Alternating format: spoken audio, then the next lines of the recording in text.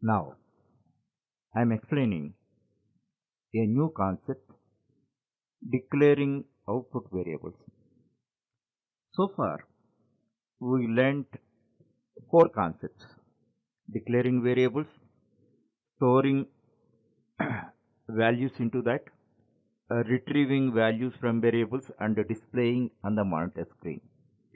Now, in order to write a complete program, we must know this concept. Now, in the previous programs, some cash bill you take.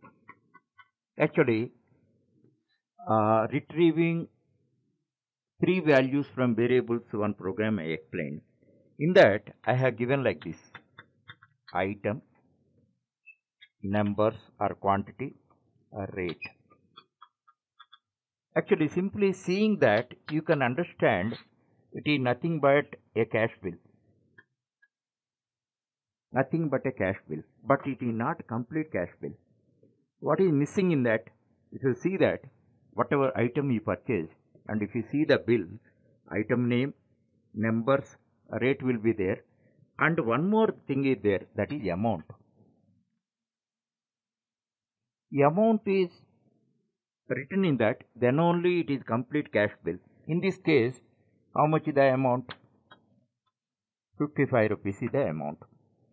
Now, when we are writing this program, until unless we write this, it is not a complete program. This is called output variable.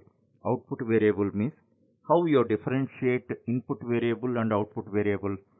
Now, as far as input variables are concerned, you know the value. You know what they are. Suppose a shopkeeper, item name you can enter. He is having a small computer, billing machine. Then item name he can enter. How many numbers or quantity he enters. What is the rate per unit?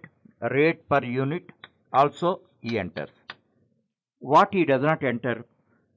He does not enter this. He compute once he gives these input values to the computer. Computer will calculate and it generates the bill with this information. This is called output variable.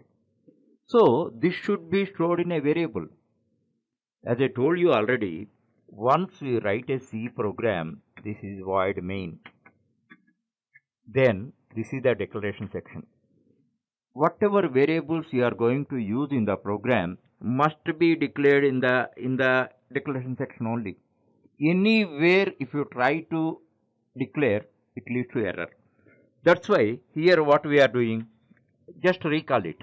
Char item A you made. Second one, int numbers or num 10 you made. Next, float rate 5.5 you made. But in order to produce that, one more variable is required. What is that? This is the amount. The amount you declare and keep it. If you want to write complete name, amount you write, or AMT also people can understand. So, this is the way you have to declare and reserve for that. That means one container, you are reserving one container for this. Actually, this name is amount and its type is float. This is reserved. Reserved. But when it is filled means after declaration section and after clear screen, what to write? You have to write a processing. Processing, already I am telling, declaration section, input section, processing section. Now you have to write a processing statement. What is the processing statement? Now amount. Actually, in mathematics, how you can calculate amount? Number into rate. Num into. For multiplication, the symbol, C symbol is star symbol, and rate. This is the way you have to write. Amount is equal to, already told you, assignment operator. So, first this is calculated and the value is stored in that. So, once this processing statement is executed, what happens? It is filled with the 55 rupees. 550. So whatever you have to identify what output variables are required, and all those output variables you must declare and keep ready. Thereafter, processing statement you have to write. In the processing statement, that is calculated and that value is stored in the output variable, then it is filled. Now all the variables are filled, then you can write the cash bill, a complete cash bill like this. So for this purpose, certain important points you have to understand.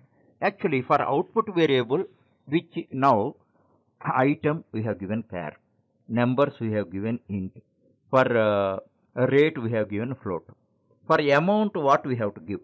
That blindly you should not give. For that simple tip I give you.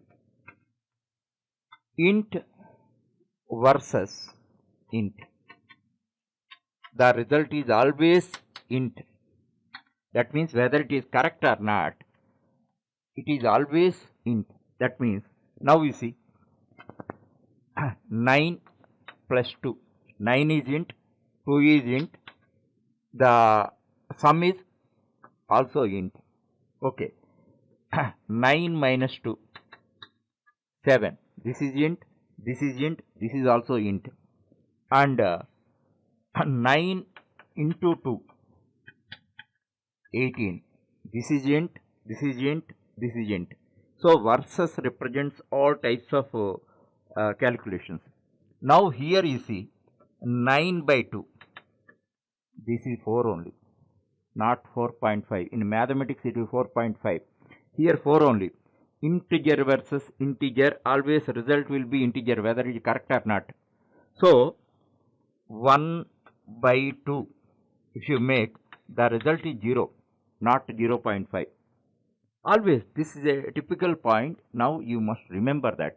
So now int versus int, any time you make calculation, the output variable should be declared as int.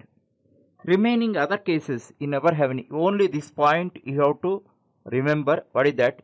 Int division int. If you make, the result will be inappropriate. Suppose if it is 8, there is no issue. If it is 9, 4.5 will not come, a 4. So this point you must remember. So int versus int, always the result is int. Next,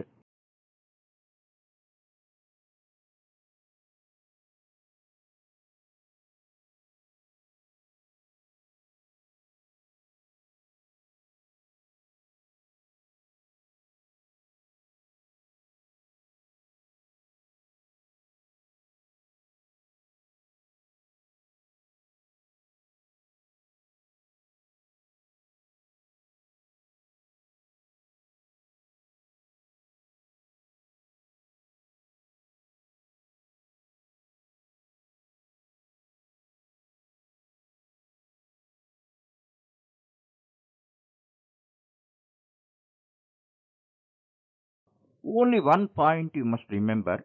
Where integer versus integer you are making, the result should be declared as int. So in our case, cash bill case, numbers int, rate float, that we are multiplying, then the result should be float only. This point you must remember. This is the only point. Depending on this formula, you have to choose the data type of the output variable. Simple example I tell you. One more example. You don't have any confusion because of that. Now you got your total marks are 253 in 5 papers.